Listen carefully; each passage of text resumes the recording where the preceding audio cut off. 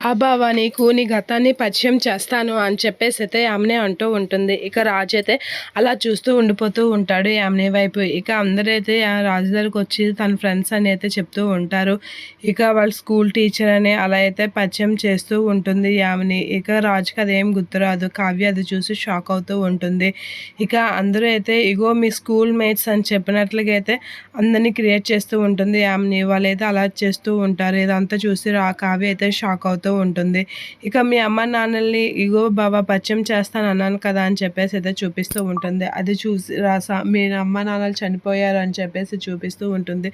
అది చూసి రాజు అయితే షాక్ అయ్యి అలా చూస్తూ ఉండిపోతూ ఉంటాడు. యామిని అయితే రాజుని పూర్తిగా మ్యానిపులేట్ చేయడానికి అయితే ట్రై చేస్తూ ఉంటుంది. అది ఇక రాజు అయితే వాళ్ళ అమ్మ నాన్నల సమాధులు చూసి షాక్ అవుతూ ఉంటాడు. ఇక అది చూసి కావ్య ఏంటి మా ఆయనకి ఎటువంటి పరిస్థితి వచ్చింది, ఇప్పుడు నేను తన ముందు నిల్చున్నా తను నన్ను ఎవరో అన్నట్లుగా చూస్తారు, ఎలా మరి ఆయన్ని నా నా వైపు తిప్పుకోవాలంటే ఎలా అని చెప్పేసి అయితే కావ్య ఆలోచిస్తూ ఉంటుంది. ఇక యామిని అయితే అలా రాజుని అయితే మ్యానిపులేట్ చేయడానికి చూస్తూ ఉంటుంది. ఇక రాజు అయితే ఎంత గుర్తు చేసుకున్నా అవి గుర్తురాక అలా చూస్తూ ఉండిపోతూ ఉంటాడు.